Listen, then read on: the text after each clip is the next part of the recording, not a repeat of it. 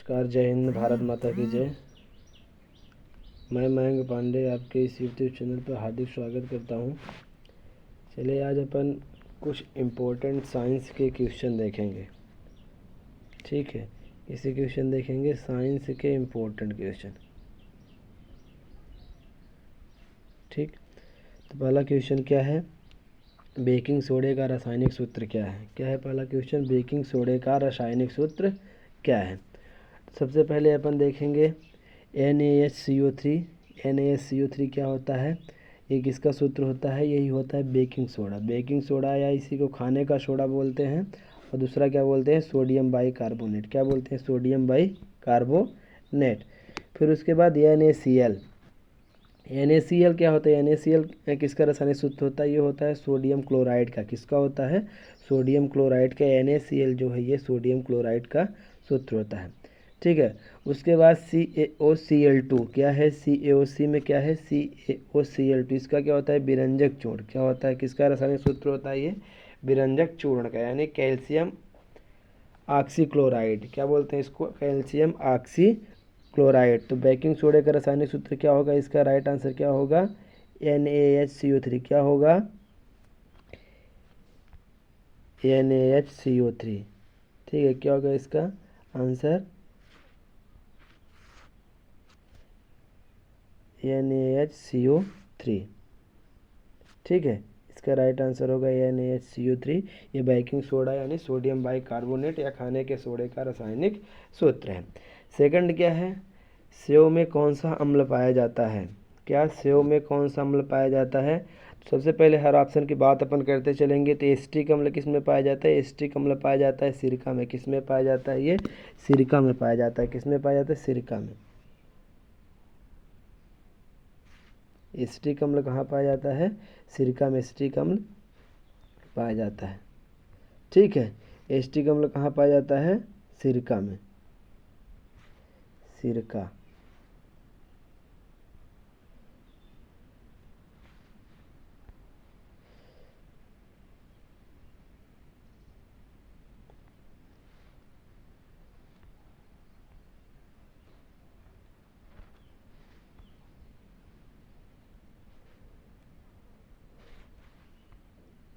और टेनिक अम्ल किस में पाया जाता है, टेनिक अम्ल पाया जाता है आपके चाय में। किस में पाया जाता है टेनिक अम्ल, टेनिक अम्ल चाय में पाया जाता है।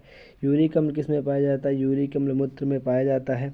ठीक है, साइट्रिक अम्ल किस में पाया जाता है, साइट्रिक अम्ल ये पाया जाता है नींबू में। यहाँ पे मिस्टेक ये हो गया है, सेव में कौन सा, सेव में कौन सा अम्ल पाया जाता है, सेव में पाया जाता है मेलिक अम्ल। कौन सा पाया जाता है, मेलिक अम्ल। कौन सा अम्ल पाया जाता है सेव में, मेलिक अम्ल। ठीक है,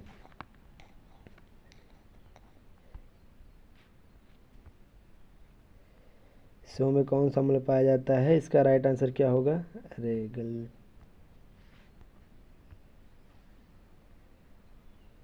सेव में पाया जाता है क्या, मेलिक अम्ल। ठीक है, मेलिक अम्ल, मेलिक अम्ल पाया जाता है सेव में। ठीक है, उसके बाद अगला क्वेश्चन क्या है, अगला क्वेश्चन है मतदाताओं की उंगलियों पर, मतदाता की उंगलियों पर किसका प्रयोग किया जाता है। ठीक है, मतदाता जब आप वोट डालने जाते हैं तो वहाँ पे आपकी उंगलियों पर क्या लगाया जाता है, क्या सिल्वर ब्रोमाइड लगाया जाता है, क्या सिल्वर क्लोराइड लगाया जाता है, क्या सिल्वर आयोडाइड लगाया जाता है, क्या सिल्वर नाइट्रेट लगाया जाता है। तो वहाँ पे क्या लगाया जाता है, देखिए सिल्वर ब्रोमाइड का उपयोग किस में होता है, फोटोग्राफी में होता है। ठीक है, जो फोटोग्राफी, जो फोटो बनाया जाता है उसमें किसका उपयोग होता है, सिल्वर ब्रोमाइड का। ठीक है, किस में उपयोग होता है, फोटो में। ठीक है, इसका उपयोग किस में होता है, फोटो में। सिल्वर क्लोराइड, सिल्वर क्लोराइड का फोटोक्रोमिक ग्लास बनाने में इसका उपयोग किया जाता है। किस में किया जाता है, फोटोक्रोमिक ग्लास बनाने में। उसके बाद सिल्वर आयोडाइड जो होता है, सिल्वर आयोडाइड की सहायता से अपन कृत्रिम वर्षा करवाते हैं। ठीक है, तो कृत्रिम वर्षा करवाने के लिए किसका प्रयोग किया जाता है, सिल्वर आयोडाइड का। और मतदाताओं की उंगलियों में क्या लगाया जाता है, मतदाताओं की उंगलियों में लगाया जाता है सिल्वर नाइट्रेट। क्या लगाया जाता है, इसका राइट आंसर क्या होगा, सिल्वर नाइट्रेट होगा इसका राइट आंसर। ठीक है, चलिए अगला क्वेश्चन क्या है, क्या है अगला क्वेश्चन, प्रोटीन की खोज किसने की थी, सॉरी प्रोटॉन की खोज किसने की थी। इसका सर थॉमसन, तो प्रोटॉन की खोज किसने की थी? इसका क्या होगा राइट आंसर? इसका राइट आंसर होगा, देखिए अपन चारों ऑप्शन दे के चलते हैं। थॉमसन जो थे वो किसकी खोज किए थे? थॉमसन, सर जे थॉमसन किसकी खोज किए थे? वो किए थे 1897 में। इलेक्ट्रॉन की खोज कौन करता है? थॉमसन। किसकी? इलेक्ट्रॉन की खोज कौन करते हैं? थॉमसन इलेक्ट्रॉन की खोज करते हैं, ठीक है। उसके बाद जो गोल्डस्टीन थे वो किसकी खोज करते हैं? इनको छोड़ दीजिए भी। जो चैडविक थे वो न्यूट्रॉन की खोज करते हैं। क्या करते हैं? जो चैडविक थे वो किसकी खोज करते हैं? न्यूट्रॉन की खोज। यानी इलेक्ट्रॉन की खोज कौन करता है? Sir J Thomson. गोल्डस्टीन किसकी खोज करेंगे? तो गोल्डस्टीन आपका राइट आंसर क्या होगा? गोल्डस्टीन जो है वो प्रोटॉन की खोज करते हैं। किसकी खोज करते हैं? गोल्डस्टीन। प्रोटॉन की खोज कौन करता है? गोल्डस्टीन करते हैं। चैडविक किसकी खोज करते हैं? चैडविक करते हैं न्यूट्रॉन की खोज, ठीक है। तो आपका राइट आंसर क्या है? आपका राइट आंसर है गोल्डस्टीन। चलिए अगला प्रश्न क्या है? आधुनिक कोश का सिद्धांत कब आया था? क्या आधुनिक कोश का सिद्धांत कब आया था? तो कब और किसके द्वारा ये भी देखेंगे। तो 1885 में, सॉरी क्या 1855 में क्या आया था? यहाँ पे 55, यहाँ पे 85 होना चाहिए। तो इसका राइट आंसर जो होगा वो होगा 1885। ये टाइपिंग मिस्टेक हो गई है। 1885 में जो आधुनिक सिद्धांत, आधुनिक कोशिका का आधुनिक सिद्धांत किसके द्वारा लाया गया था? वो लाया गया था रुडोल्फ विर्चो द्वारा। किसके द्वारा? रुडोल्फ विर्चो द्वारा। तो इसका राइट आंसर क्या होगा? 1855। आप लोग ये थोड़ा सा सुधार लीजिएगा। इसका राइट आंसर होगा 1855 में रुडोल्फ विर्चो। और 1839 में कोशिका सिद्धांत कब आया था? 1839 में। कब? 1839 में क्या आया था? कोशिका सिद्धांत। क्या आया था? कोशिका सिद्धांत 1839 में। और 1885 में क्या आया था? रुडोल्फ विर्चो द्वारा आधुनिक कोशिका सिद्धांत आया था। चलिए, विश्व का सबसे बड़ा फूल कौन सा है? क्या गुलाब है? क्या सूरजमुखी है? क्या वोल्फिया है? क्या रिफ्लेसिया है? तो इसका राइट आंसर क्या होगा? इसका राइट आंसर होगा रिफ्लेसिया। क्या होगा? रिफ्लेसिया जो है वो विश्व का सबसे बड़ा फूल है। जो ये है वोल्फिया जो है ये विश्व का सबसे छोटा फूल। क्या? विश्व का सबसे छोटा फूल कौन सा है? वोल्फिया, ठीक है। कौन सा है? वोल्फिया। और सबसे बड़ा कौन सा है? रिफ्लेसिया। चलिए आगे देखते हैं क्या है। अगला क्वेश्चन क्या है कि निम्नलिखित में कौन सा कोयला सबसे अच्छा माना जाता है? तो कौन सा कोयला सबसे अच्छा माना जाता है? तो यहाँ पे एंथ्रेसाइट होगा। इसका राइट आंसर क्या होगा? इसका राइट आंसर होगा एंथ्रेसाइट। क्या? एंथ्रेसाइट सबसे उच्च क्वालिटी का लोहा माना जाता है। इसमें लगभग 85 से 90% कोयले की मात्रा पाई जाती है। फिर उसके बाद सेकंड नंबर पे बेटुमिनस को माना जाता है। किसको माना जाता है? बेटुमिनस को। इसमें लगभग 50 से 60% क्या होता है? कोयला पाया जाता है, ठीक है। उसके बाद जो लिग्नाइट है, लिग्नाइट में लगभग 40 से 50% कोयला पाया जाता है ना। 40 से कितना? 50% कोयला पाया जाता है। और पीट में 30 से 35% या 30 से 40% कोयले की मात्रा पाई जाती है। तो यानी इसका राइट आंसर क्या होगा? राइट आंसर होगा इसका, राइट आंसर होगा एंथ्रेसाइट। क्या होगा? एंथ्रेसाइट। यानी जो कोयला सबसे उच्च क्वालिटी का जो कोयला होता है वो एंथ्रेसाइट ही होता है। चलिए अगले पेज पे चलेंगे। यहाँ पे क्या है? रक्त का पीएच मान। क्या? रक्त का पीएच मान कितना होता है? क्या है आंसर? रक्त का पीएच मान कितना होता है? तो सबसे पहले 3 किसका होता है? ये 3 नींबू और सिरका का होता है, ठीक है। 3 पॉइंट कुछ करके नींबू का भी होता है। उसके बाद संतरा, सॉरी नींबू और संतरा कितना होता है? 3 होता है। फिर उसके बाद 4.5 किसका होता है? 4.5 ये कॉफ़ी का होता है। किसका होता है? कॉफ़ी, ठीक है। किसका होता है? कॉफ़ी का होता है। फिर 7.5 किसका होता है? ये होता है रक्त का। ये किसका होता है? ये होता है रक्त का 7.5। और 7 किसका होता है? ये होता है पानी का, जो उदासीन होता है। क्या होता है? उदासीन होता है। ना तो अम्लीय होता है ना तो क्षारीय होता है, ठीक है। तो इसका राइट आंसर क्या होगा? 7.4। रक्त का पीएच मान कितना होगा? 7.4 होता है।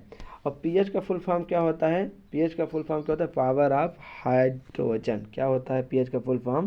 Power of hydrogen. इसका भी फुल फॉर्म पिछली बार कांस्टेबल में आया था। चलिए अपन अगला देखेंगे। अगला क्या है जीव विज्ञान का जनक है, जीव विज्ञान के जनक किसे माना जाता है? जीव विज्ञान का जो जनक है किसे माना जाता है? इसका राइट आंसर क्या होगा? इसका राइट आंसर होगा अरस्तु। क्या होगा इसका राइट आंसर? अरस्तु होगा। ठीक है, चलिए आगे चलते हैं। तो आगे क्या है? आम का रासायनिक नाम। तो आम का रासायनिक नाम क्या है? क्या है आम का रासायनिक नाम? तो आम का रासायनिक नाम क्या एलियम सेपा होगा, क्या मैग्नीफेरा इंडिका होगा, क्या आज़ादी रस्ता इंडिका होगा, क्या ओराइजा सेटाइवा होगा? तो सबसे पहले अपन चारों ऑप्शन पे चलते हैं। तो एलियम सेपा किसका होता है? ये होता है प्याज का। किसका होता है एलियम सेपा? ये होता है प्याज का।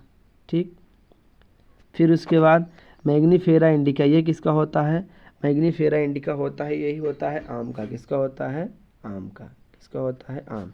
यानी आपका जो राइट आंसर है यही है। क्या है राइट आंसर? Mangifera indica. ठीक, और आज़ादी रास्ता इंडिका किसको बोलते हैं? तो ये नीम को बोलते हैं। किसको बोलते हैं? नीम को। आज़ादी रास्ता इंडिका किसको बोलते हैं? नीम को। और ओराइजा सेटाइवा, ओराइजा सेटाइवा यानी चावल को बोला जाता है। चावल का जो रासायनिक नाम है क्या है वो? Oryza sativa. तो एलियम सेपा प्याज, मैग्नीफेरा इंडिका आम, आज़ादी रास्ता इंडिका नीम और ओराइजा सेटाइवा चावल को कहा जाता है। चलिए अगले क्वेश्चन पे चलते हैं। अगला क्वेश्चन क्या है? 5 जगत वर्गीकरण किसने दिया था? क्या 5 जगत वर्गीकरण किसने दिया था? तो सबसे पहले अपन बात करेंगे कैरोलस लिनियस, जो वर्गीकरण के इनको जनक कहा जाता है। क्या कहा जाता है? वर्गीकरण का जनक। क्या? वर्गीकरण का जनक किसे कहा जाता है? कैरोलस लिनियस को। किसको कहा जाता है? कैरोलस लिनियस को क्या कहा जाता है? वर्गीकरण का जनक कहा जाता है।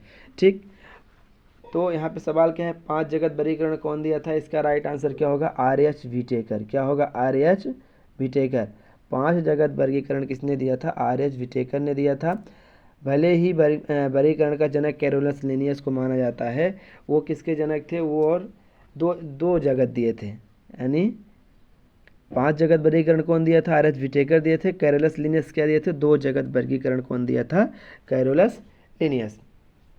तो जो आर.एच. व्हिटेकर थे, जो 5 जगत वर्गीकरण दिए थे, उसमें क्या कौन कौन से वर्ग में उन्होंने बांटा था? मोनेरा, प्रोटिस्टा, कवक, पादप और जंतु। इस प्रकार 5 जगत में क्या था? जीवों को, पूरे पृथ्वी पर जितने जीव पाए जाते हैं सबको वो क्या कर दिए थे? बांट दिए थे 5 जगत वर्गीकरण के अंतर्गत। और 2 जगत वर्गीकरण कौन दिया था? वो दिए थे कैरोलस लिनियस।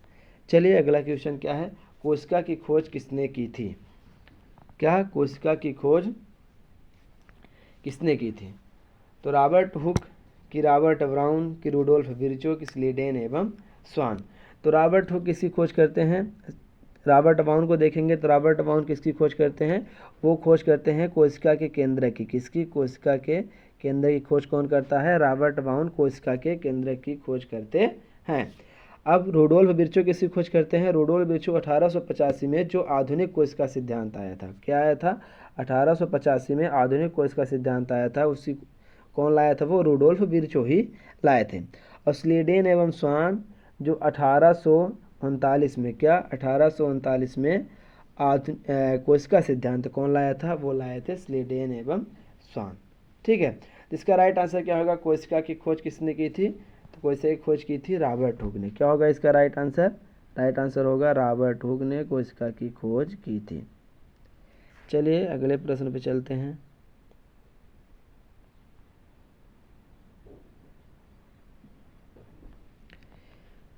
क्या बोल रहा है? जीवाणुओं की कोशिका भित्ति किसकी बनी होती है? 13 नंबर क्वेश्चन है। सॉरी, यहाँ पे 23 हो गया, 1 की जगह 2 हो गया है, इसलिए ये कौन सा है? 13 नंबर का क्वेश्चन है। जीवाणुओं की कोशिका भित्ति जो होती है वो किसकी बनी होती है? तो जीवाणुओं की कोशिका भित्ति किसकी बनी होती है? अब देखेंगे अपन सेलुलोज की कोशिका, जो सेलुलोज से होती है, पौधों की कोशिका भित्ति किससे बनी होती है? सेलुलोज से। यानी सेलुलोज से पौधों की कोशिका भित्ति बनी होती है। और काइटिन से किसी कोशिका भित्ति, कवकों की जो कोशिका भित्ति होती है वो किसके बनी होती है? काइटिन की। किसकी? काइटिन की बनी होती है कवक। अब पेप्टाइडो जो ग्लाइकेन से जीवाणुओं की कोशिका भित्ति बनी होती है किसकी? जीवाणुओं की जो कोशिका भित्ति है वो पेप्टाइडोग्लाइकेन से बनी होती है। चलिए ठीक है, अगले प्रश्न पे चलते हैं।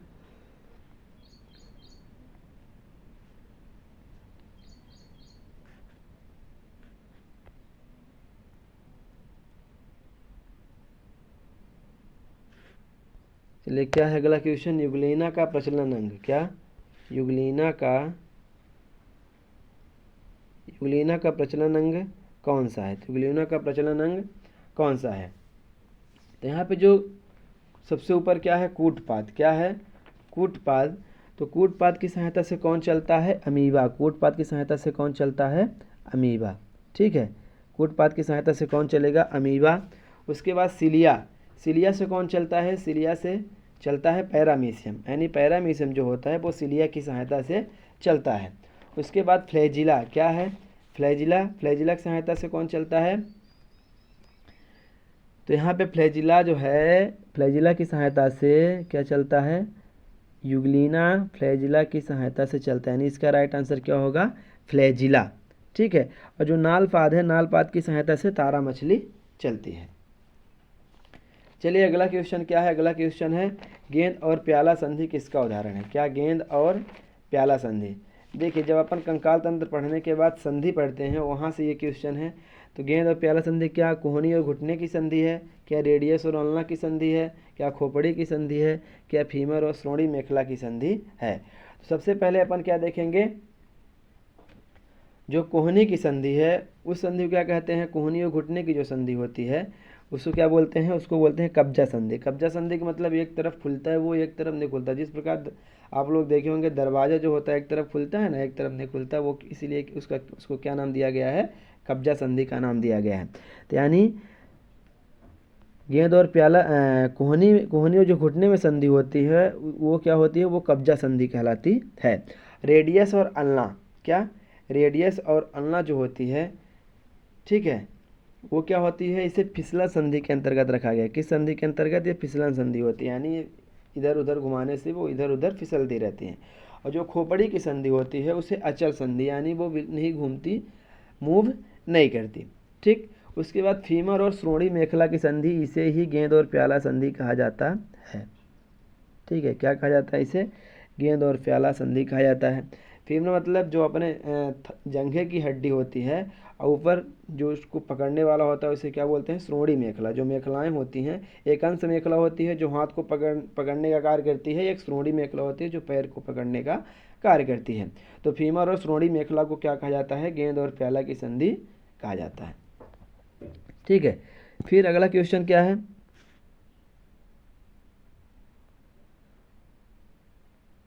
याददाश्त के लिए मस्तिष्क का कौन सा भाग उत्तरदायी होता है? क्या है क्वेश्चन? याददाश्त जो होती है उसके लिए मस्तिष्क का कौन सा भाग उत्तरदायी होता है? तो उसके लिए मस्तिष्क का सबसे पहले सेरेब्रम। क्या होता है? सेरेब्रम। तो इसका राइट आंसर भी क्या होगा? सेरेब्रम ही इसका राइट आंसर होगा। क्या होगा? सेरेब्रम इसका राइट आंसर होगा।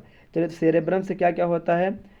सेरेब्रम जो होता है ये मस्तिष्क का सबसे विकसित भाग होता है। क्या होता है? मस्तिष्क का सबसे विकसित भाग होता है। ये अग्र मस्तिष्क का एक पार्ट है।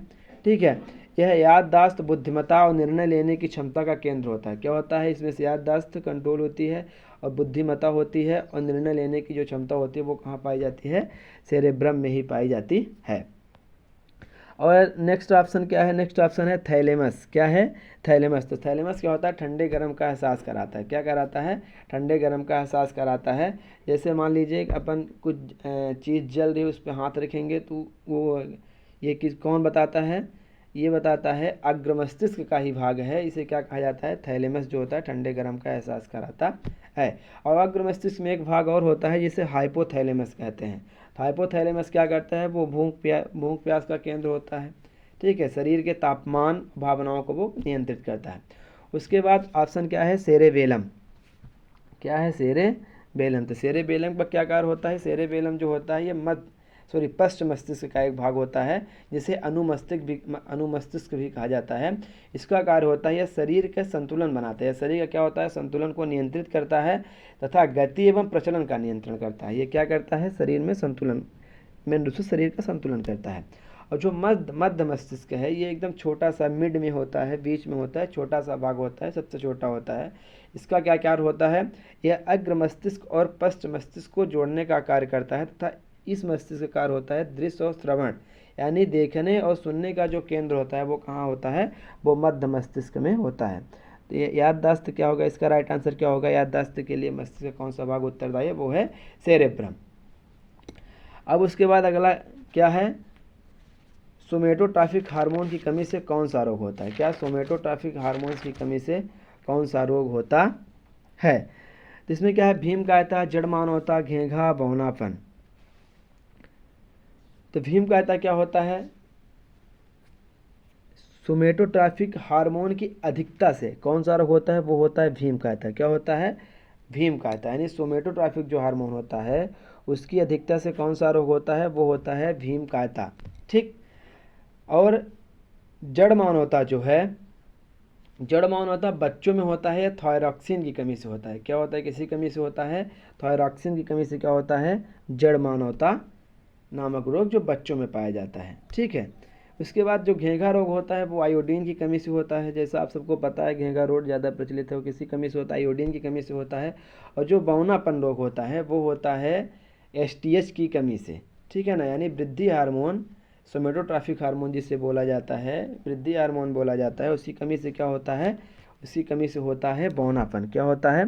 बौनापन। तो ये हार्मोन कहाँ से निकलते हैं? ये हार्मोन निकलता है पीयूष ग्रंथि से, जिसे मास्टर ग्रंथि भी कहा जाता है। और ये जो पीयूष ग्रंथि है वो मस्तिष्क में ही पाई जाती है। मस्तिष्क में कहाँ? अग्र मस्तिष्क के डायनसेफलान के नीचे सैला टर्सिका नामक एक गड्ढा पाया जाता है, वहाँ पे ये लटकी हुई पाई जाती है।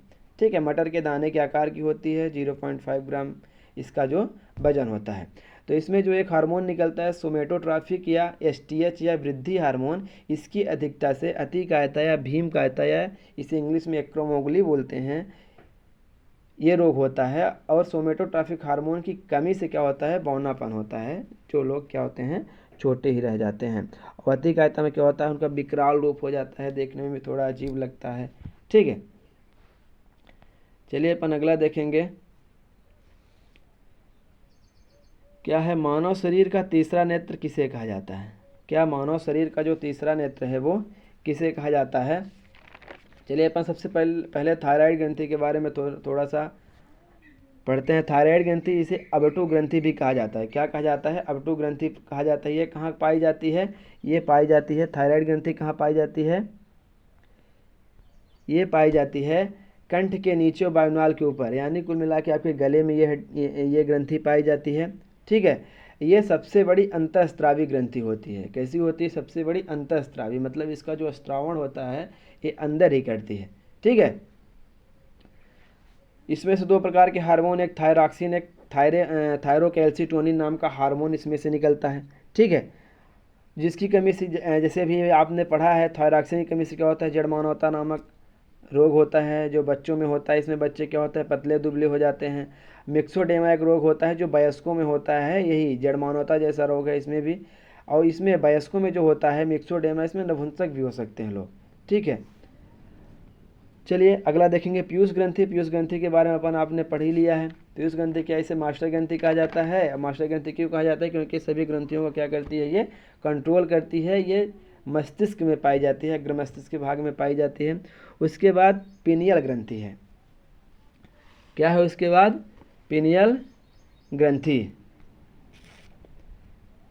तो पीनियल ग्रंथि को ही क्या कहा जाता है? मानव मस्तिष्क का तीसरा नेत्र। क्या कहा जाता है? मानव मस्तिष्क का तीसरा नेत्र किसे कहा जाता है? ये पीनियल ग्रंथि को ही कहा जाता है। और तीसरा नेत्र इसे क्यों कहा जाता है? और ये क्या करती है? इसे तीसरा नेत्र के साथ साथ जैविक घड़ी यानी बायोलॉजिकल क्लॉक भी कहा जाता है, क्योंकि ये सोने जागने के समय को निर्धारित करती है। क्या करती है? सोने जागने के समय को निर्धारित करती है। इसका राइट आंसर क्या होगा? पीनियल ग्रंथि। मानव शरीर का तीसरा नेत्र किसे कहा जाता है? पीनियल ग्लैंड्स को। चलिए आगे देखते हैं। क्या है क्वेश्चन? हाइड्रा में प्रजनन किस विधि द्वारा होता है? क्या हाइड्रा में जो प्रजनन है वो किस विधि द्वारा होता है? क्या विखंडन द्वारा होता है? क्या पुनरुद्भवन द्वारा होता है? क्या मुकुलन द्वारा होता है? क्या इनमें से कोई नहीं? तीन ऑप्शन दिए हुए हैं। तो विखंडन द्वारा, विखंडन क्या होता है? अमीबा, जैसे अमीबा जो होता है, अमीबा में जो प्रजनन होता है वो विखंडन द्वारा होता है, यानी विखंडन द्वारा प्रजनन किसमें होता है? अमीबा हो गया, प्लाज्मोडियम हो गया, ठीक है। तो ये किसके द्वारा होता है? विखंडन के द्वारा। पुनरुद्भवन द्वारा क्या होता है? पुनरुद्भवन जो होता है वो प्लेनेरिया, प्लेनेरिया का जो प्रजनन होता है वो पुनरुद्भवन द्वारा होता है, पुनरुद्भवन विधि द्वारा होता है। और हाइड्रा में जो प्रजनन होता है वो मुकुलन द्वारा होता है, ठीक है। तो इसका राइट आंसर क्या होगा? मुकुलन। क्या होगा? मुकुलन। यानी हाइड्रा में प्रजनन किसके द्वारा किस विधि द्वारा होता है? वो होता है मुकुलन विधि द्वारा। चलिए अगला क्वेश्चन देखते हैं। शुक्राणुओं में शुक्राणुओं का निर्माण कौन सी कोशिका द्वारा होता है? यानी शुक्राणु कहाँ पाए जाते हैं? शुक्राणु नर में पाए जाते हैं, ठीक है। शुक्राणुओं का निर्माण वृषण की शुक्र जनन नलिका में होता है। और कौन सी कोशिका करती है इनका निर्माण? इनका निर्माण करती है लैंडिंग कोशिका। कौन करती है? लैंडिंग कोशिका जो होती है वो शुक्राणुओं का निर्माण करती है। जो सर्टोली कोशिका होती है वो शुक्राणुओं क्या करती है? पोषण प्रदान करती है। तो चलिए ठीक है, ये very very very important question है जो बिल्कुल 90% आने की संभावना है, 90 नहीं बल्कि 100% आने की संभावना है पेपर से पहले। ये पहला पेपर साइंस का जो था आप लोगों को अच्छा लगा होगा। चलिए अपन और क्लासें आगे लाते रहेंगे। और जैसे आप सबको पता है कि आज फर्स्ट शिफ्ट एमपी पुलिस का जो एग्ज़ाम है वो भी हो रहा है। क्या हो रहा है? फर्स्ट शिफ्ट, यानी आज 12 अगस्त है, आज से एग्ज़ाम चालू है। उम्मीद करता हूँ कि आप लोग अच्छे से पढ़ रहे होंगे और अच्छी तैयारी होगी। चलिए ठीक है, यदि आपको क्लास अच्छी लगी हो तो आप एक प्यारा सा कमेंट करें, लाइक और ज़्यादा से ज़्यादा मात्रा में शेयर करें, इसलिए ज़्यादा से ज़्यादा लोगों को फ़ायदा हो सके, ठीक है।